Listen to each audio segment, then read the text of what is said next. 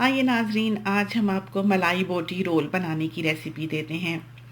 इसके लिए हमने ये चंद एक अशिया ली हैं, जिसमें सबसे पहले तो फ्रेश कोरिएंडर है, 10-12 ग्रीन चिलीज़ हैं, 2 लार्ज अनियंस हैं, 2 इंचेस हमने जिंजर के लिए हैं, 1 teaspoon full salt, 1 teaspoon full chilli powder, 1 teaspoon full coriander powder जो कि हमने ताज़ा ही होल कोरिएंडर से पीसा है, और 3/4 टीस्पून जो है वो हमने गरम मसाले का लिया है। 3 टेबलस्पून हमने सॉफ्ट बटर के लिए हैं। पपाया लिया है, 2 to 3 इंचेस का ग्रीन पोपो है यानी कि कच्चा पपीता, और बीफ की बोटी ली है जो कि 1 kg है। अब हमने आधे से ज़्यादा कच्चा पपीता जो है वो काटा है और उसको हमने स्किन के साथ ही ग्राइंड कर लेना है। इसमें हमने ग्रीन चिलीज़ डाल दी हैं, जिंजर भी डाल दी है, और अब हमने इसको चॉप कर लेना है, या ग्राइंडर हो तो ग्राइंड कर लें। इन सब चीज़ों को हमने बोल में निकाला है और अब हम अनियंस को पीस लेंगे। अनियंस को पीसने के बाद हमने स्क्वीज़ कर देना है। आपने अगर इसका पेस्ट बना लिया हो तो हाथों से ही स्क्वीज़ कर लें, और अगर आपका इस तरह पर चॉपर ने दानेदार किया हो तो आप उसको छलनी में डालकर थोड़ा सा दबाकर उसके सारे जूसेस जो हैं वो निकाल लें। बहुत ज़्यादा निचोड़ने की ज़रूरत नहीं है, बस जितना आसानी से हो सके।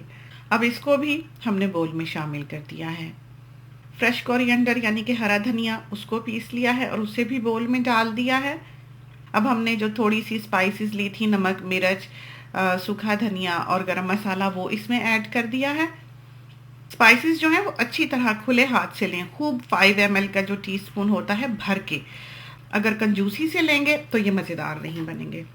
इन सब चीज़ों को थोड़ा सा मिला लें और बटर भी इसमें शामिल कर दें। अगर क्यूब्ड बटर आपने यूज़ किया है तो उसको 10 to 20 सेकंड के लिए माइक्रोवेव में रख लें, तो वो थोड़ा सॉफ्ट हो जाएगा, तो मिलाना आसान हो जाएगा। उसमें अब आपने बीफ की बोटी जो है वो शामिल कर दी है और इसको आपने मैरिनेट करके रख देना है। ओवरनाइट रख लें या 7 to 8 आवर्स आपको रखना पड़ेगा, क्योंकि टेंडराइज़र जो है उसको काम करने के लिए टाइम चाहिए होता है।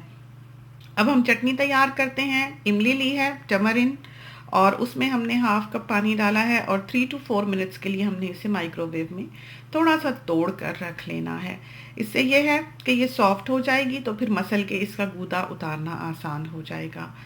अब दूसरी तरफ हमने जिस ग्राइंडर में इसको पीसना है उसमें ये चीज़ें शामिल करते हैं। सॉल्ट हमने डाला है, half teaspoon full chilli powder डाला है, हाफ टी स्पून धनिया पुदीना डाला है बराबर का, फ्रेश कोरिएंडर और मिंट, और इतने में हमारी इमली जो है सर्दियाँ ही हैं तो ठंडी हो चुकी है, और इसको हमने हाथ से थोड़ा सा मल लेना है। मल के हमने इसको छान लेना है। सीड इसके अलग हो जाएंगे और पल्प जो है वो बिल्कुल अलग हो जाएगा।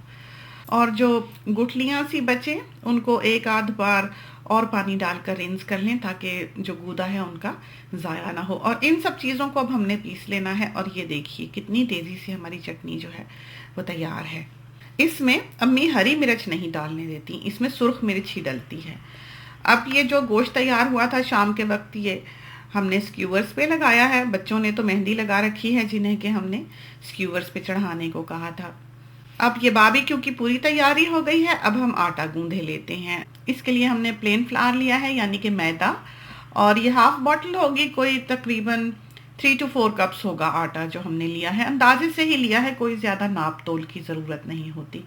1 कप मैदे में 2 टेबल स्पून जो है वो होल मिल के डलते हैं, ये आप अंदाज़ा रख लें। तो थोड़ा सा हमने इसमें होल मिल डाला है, बूरा मिलता हो तो बूरा ही डाल लें।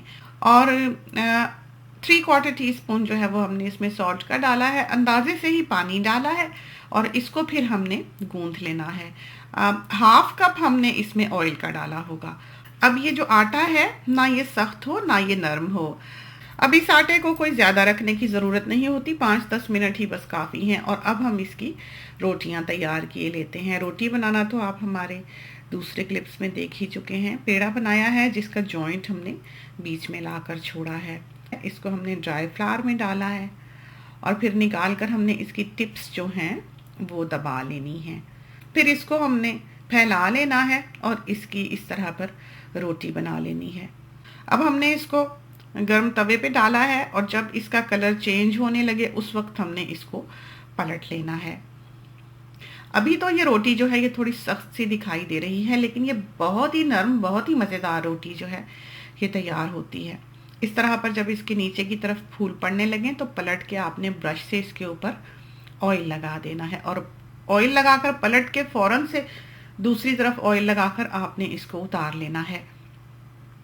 इसको ऑयल में पकाना नहीं है, बस आपने लगाते ही पलट के दूसरी तरफ लगाते ही इसको उतार लेना है, और उतार के फिर आपने इस तरह इसको डबल करके रुमाल में बंद कर देना है ताकि ये अपनी हीट में ही सॉफ्ट हो जाए और ऑयल को एब्जॉर्ब कर ले।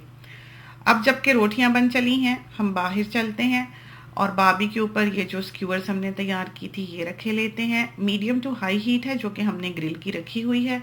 ग्रिल को हमने थोड़ा सा ऑयल किया है और मीट को हम बारबेक्यू पे रखते ही ऊपर ऑयल लगा देंगे। तो ये बहुत सॉफ्ट होता है, बहुत ज़्यादा उलटने पलटने से ये जो स्क्यूअर्स है ये छोड़ देगा, टूट टूट कर गिर जाएगा। तो आपने इसको बहुत ज़्यादा उल्टाना पलटाना नहीं है, बस एक दो बार ही आप इसको पलटेंगे तो ये पक जाएंगी। टेंडराइज़र जो है वो हमने इसमें पोपो यूज़ किया है। दुनिया का बेहतरीन टेंडराइज़र जो है वो कच्चा पपीता है, और अगर आपको ये ना मिल सके तो आप बाज़ार से कोई भी टेंडराइज़र लेकर यूज़ कर सकते हैं। हमने कभी यूज़ नहीं किया तो हमें अंदाज़ा नहीं है कि वो कितना इस्तेमाल किया जाता है, तो आप उसकी डिबिया पर पढ़ लें कि वो कितना इस्तेमाल करना है। लेकिन कभी भी अगर कच्चे पपीते छोटे छोटे आपकी नज़र से गुजरें तो लाकर उन्हें फ्रीज़ कर लें, बहुत काम आते हैं। और ये देखिए मलाई बोटी जो है ये बिल्कुल तैयार है। इसको मलाई बोटी इसलिए कहा जाता है कि ये बिल्कुल मलाई की तरह स्मूथ होती है।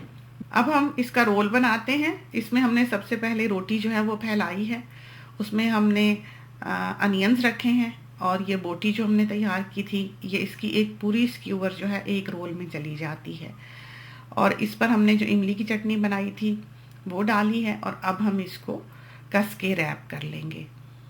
ये सारी चीज़ें हम आपको दिखाने के लिए यहाँ सजा कर गए थे, लेकिन हमारे घर वाले हमारी नज़र उधर होते ही उठा कर ले गए खाने के लिए, तो अब हम उनसे छीन कर ये वापस लाए हैं और जल्दी जल्दी आपके लिए तैयार किया है। इस तरह पर अनियंस रखे हैं हमने रोटी में, इसमें हमने मीट लगाया है, ऊपर से हमने चटनी डाली है, और इसको अब हमने रोल कर लेना है। इसमें कोई टमाटर या कोई क्यूकम्बर वगैरह डालने की ज़रूरत नहीं होती। आप चाहें तो सैलेड के तौर पर आप उसे साथ रख सकते हैं। तो ट्राई कीजिए, एक लाजवाब रेसिपी है। खुदा करे कि ये आपको पसंद आए। जाते जाते एक बात का जिक्र और करते चलें कि हमारा फेसबुक पेज भी है, जहाँ पर बहुत सी अच्छी रेसिपीज़ और टिप्स वगैरह आपकी नज़र से गुजरेंगी। आप चाहें तो आप उसे भी देख सकते हैं। इसके साथ ही हमें इजाज़त दीजिए। अल्लाह हाफिज़।